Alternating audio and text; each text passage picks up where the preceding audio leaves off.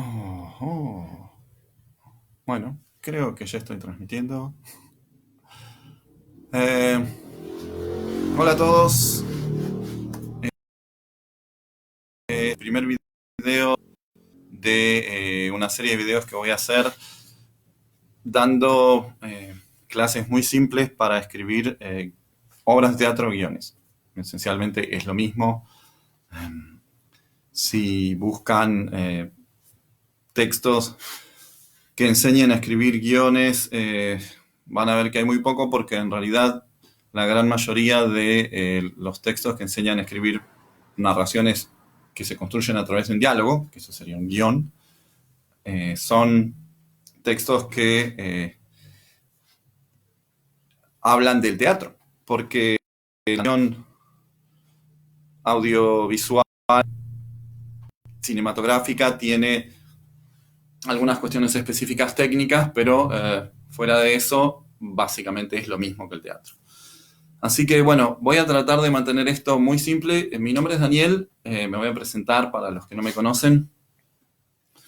Doy clase en la Escuela de Títeres de Neuquén, soy licenciado en Artes del Espectáculo, tengo una maestría en literatura teatral y vengo escribiendo obras de teatro desde hace un montón de tiempo.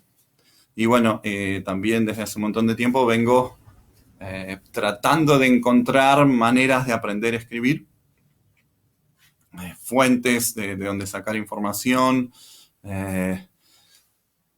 básicamente reglas, fórmulas,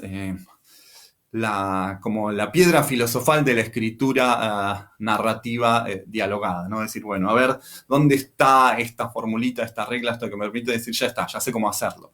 Hay algunos manuales que se llaman cómo escribir un guión, hay un montón de cosas. En realidad, nada nunca te resuelve completamente, no es que es como si decís, bueno, ¿cómo se calcula el área de un triángulo? Encuentro la fórmula y me sale.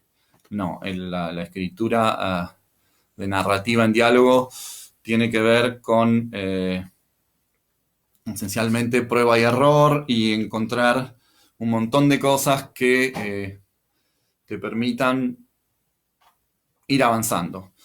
Sin embargo, hay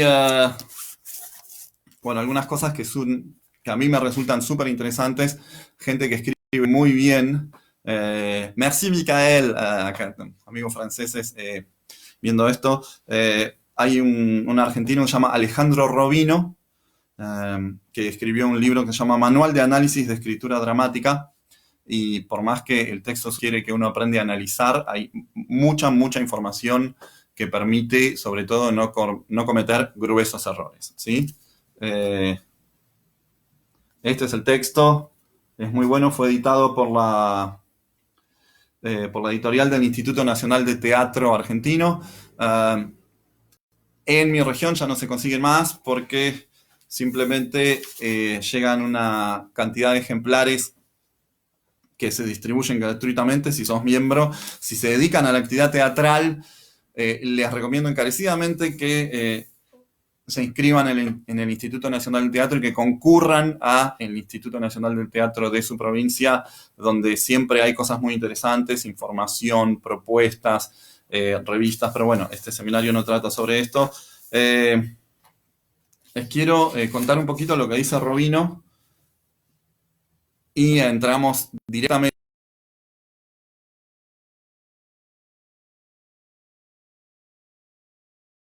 en cómo vamos a trabajar para escribir una historia. Esencialmente, cuando se nos ocurre una historia, se nos ocurre algo, un punto de partida, un hilo del que tirar para ponerse a narrar, ¿no? A narrar a través del diálogo. Si no tenemos principios directores, generalmente armamos las cosas un poco rengas. Si no tenemos la costumbre de escribir, no sabemos cómo estructurar nuestra narración, empezamos y nos damos cuenta que a nuestra narración le faltan cosas. Robino nos plantea algunas cosas muy simples, algunos ejercicios muy simples que nos permiten centrarnos y entonces estar sólidos al empezar a escribir lo narrativo. Voy a directamente leer una parte, espero que Robino no se entere y me mate. Voy a leer una parte de su texto que me parece brillante. Cuestionario para detectar propósitos y percepción de dificultades. 1. Describa de qué va la obra, en 1 o 2 líneas, como si se lo comentara a un amigo ignoto en la materia. Sea simple y concreto. 2. Elija la categoría de su obra de acuerdo a estos géneros acuñados en el cine de mi barrio. Brillante esto. De reír, de llorar, de reír y llorar, de miedo, de tiros, patadas y trompadas, de intriga, de enamorarse, del futuro, de fantasía, de guerra o de aventura. Me encanta. Redacte la sinopsis de la obra en no más de 10 líneas, que es la narración cinética, es decir, a través de las acciones que se suceden. Explique su propósito, sus objetivos y sus motivaciones en 3 líneas. Bien, hay otras cosas que son, bueno, sigue el texto de Robino.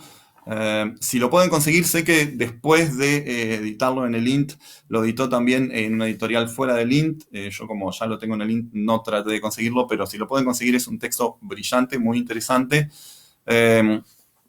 Le agregaría yo a esta serie de principios directores que me parecen muy, muy interesantes el hecho de pensar en el personaje. Está buenísimo hacer la narración cinética de la obra, decir, bueno, pasa esto, pasa esto, pasa esto, pasa esto y pasa esto, pero muchas veces la gente no tiene personajes sólidos. O sea, dice, bueno, es una historia de alguien que le pasa tal cosa, sale de su casa, se encuentra con tal, hace esto, se va de viaje, pelea contra un mutante, se enamora de una chica que trabaja en un supermercado, y después resulta que su mamá estaba casada con el presidente de Uganda, y acciones.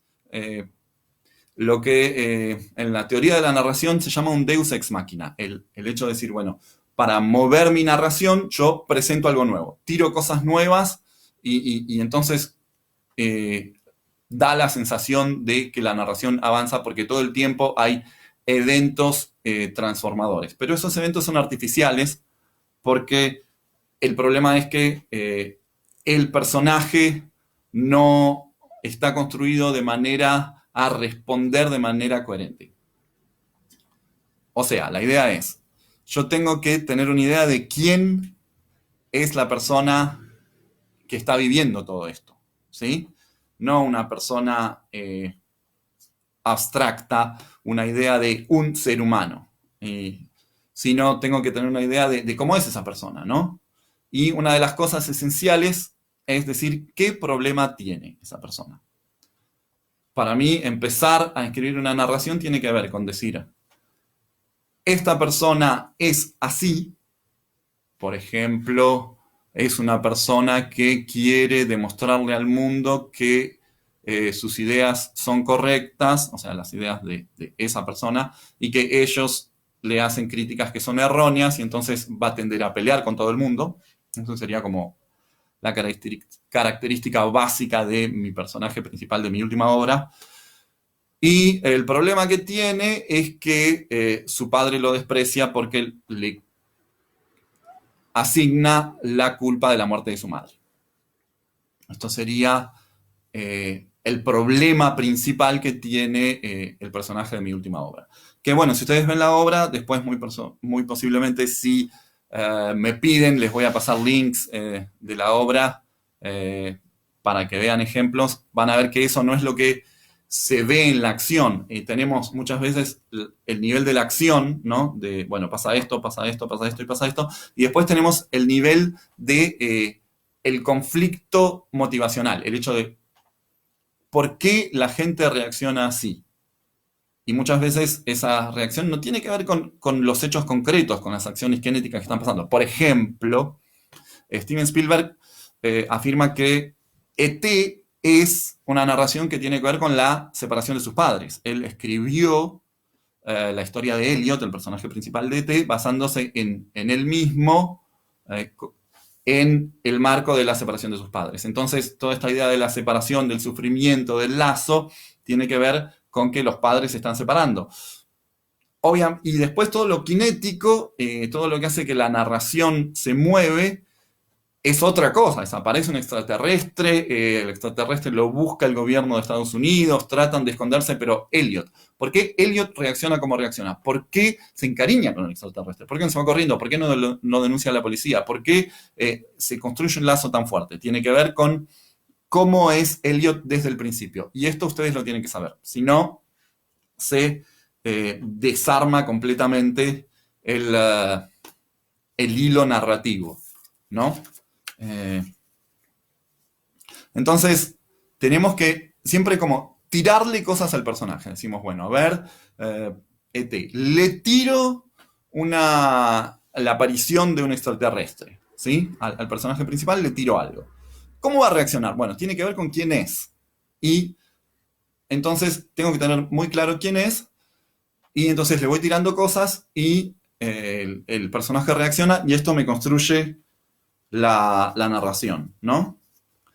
Después hay que hacer una relectura. Voy a escribir un montón de cosas y después releo. Muy probablemente la historia que yo pienso que iba a contar no es la historia que realmente estoy contando. Esto es muy difícil porque uno se encariña con sus historias. Dice, bueno, esta es la historia de tal personaje y después viene alguien y te dice, no, en realidad tu personaje principal es otro.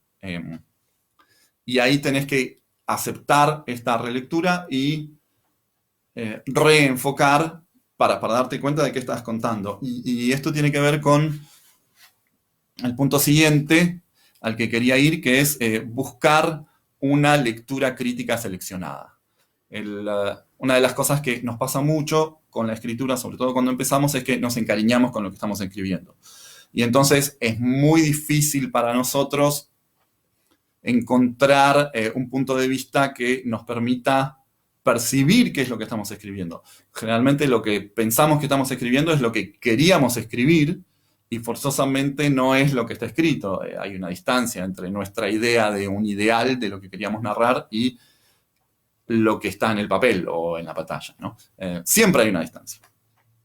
Y es muy difícil encontrar gente que tenga una capacidad de análisis que tiene que ver con no decir está bueno, está malo, sino que te pueda separar la acción del personaje, de la descripción, Es muy difícil encontrar lecturas críticas. Bueno, esto es una de las cosas que yo quería cubrir en este seminario, era decir, hagan y participamos en lecturas cruzadas, tal lee lo de cual, me mandan cosas, yo las voy leyendo, y entonces ahí construimos una manera de tener una red que nos permite una observación. Mi regla personal es, si mostrás algo, yo por ejemplo con mis obras, lo que hago es hago ensayos públicos, y el 30% de la gente te dice, esto no me gustó porque tal cosa, es un posicionamiento personal y no es forzosamente una verdad, que te digan esto no está bueno. Ahora, si 8 de cada 10 personas te dicen esto no está bueno, por más que estés encariñadísimo con lo que hiciste, no está bueno. Y bueno, para terminar, les quería contar un par de cosas con respecto a de dónde sacar inspiración. Creo que es súper importante leer mucho. Si no son buenos lectores de narración, es muy difícil ser un buen constructor de narración. Y también hay mucho que se encuentra en campos que no son los campos narrativos. A mí me interesa, por ejemplo, mucho la teoría de la psicología, que permite entender mucho cómo se comportan las personas. Hay algunos autores, incluso de teatro, que hablan mucho de la psicología. Keith Johnson, por ejemplo, en su teoría del estatus, hace alusión a muchas cosas psicológicas. Y después, por ejemplo, bueno, tenemos Edward Bond, que escribe mucho sobre análisis social. En este libro habla del posmodernismo, por ejemplo, de cómo se comportan las personas en el posmodernismo. Bueno, para terminar les quería contar un poco cómo trabajo yo. Yo he hecho muchas obras históricas, entonces generalmente los cuadernos que tengo tienen dos partes. Tengo una parte en la que empiezo con análisis. ¡Opa! Y digo, bueno, a ver, por ejemplo, libro tal, página tal, ¿sí? Página 6, a ver si llegan a ver algo. La verdad que no veo si se ve. Hago citas. Y después, del otro lado del cuaderno, por el final, me permito cuestiones mucho más libres. hago dibujos, ¿no? Eh, Todo lo que me permite hacerme una idea de lo que quiero contar, que después muchas veces no lo voy a usar, la gran mayoría no lo voy a usar, pero me sirve para, para ir construyendo. Hay que aceptar que la narración es un proceso muy poco eficaz, en el sentido de que vamos a hacer mucho de lo que vamos a usar muy poco. ¿Sí? Así que es un proceso trabajoso. eh, y bueno, quería llegar a un punto que me parece interesante. La próxima vez me voy a poner marcas. ¿Qué es esto? Cuando llegamos a la estructura, ¿sí? Ya tengo una idea bastante clara de qué es lo que quiero contar y entonces armo una estructura. Me armo un esquema, ¿sí? Eh, por ejemplo, acá yo tengo una lista de escenas eh, en las que me hago por columna la idea de la escena, eh, el, el núcleo de las acciones de la escena y ciertos detalles que me parece que tienen que estar en la escena. Y entonces así me, me armo una estructura que me permite por ahí llenar huecos. Por ahí se me ocurre una escena que es al final y la hago, por más que todo el resto no lo tenga, ya tengo armada ideas de escenas de cómo tiene que ser y entonces lo hago entero. Bueno, voy a terminar acá. Quería que el video fuera de 15 minutos. Pensé que iba a ser muy difícil llegar a los 15 minutos y me doy cuenta que puedo hablar durante un montón de tiempo sin parar. Así que a los que se enganchen con esto, les voy a proponer que escriban algo, la idea de una historia y que escriban la descripción del personaje principal y el problema que tiene. Y bueno, que lo comenten en los videos, que lo manden, que me manden mensajes, a ver si alguien está viendo esto. Y bueno, y después voy a seguir hablando de cómo escribir, de cómo escribo yo. Y bueno, espero que les sirva. Nos vemos. Y aguanten, aguanten la cuarentena, a escribir.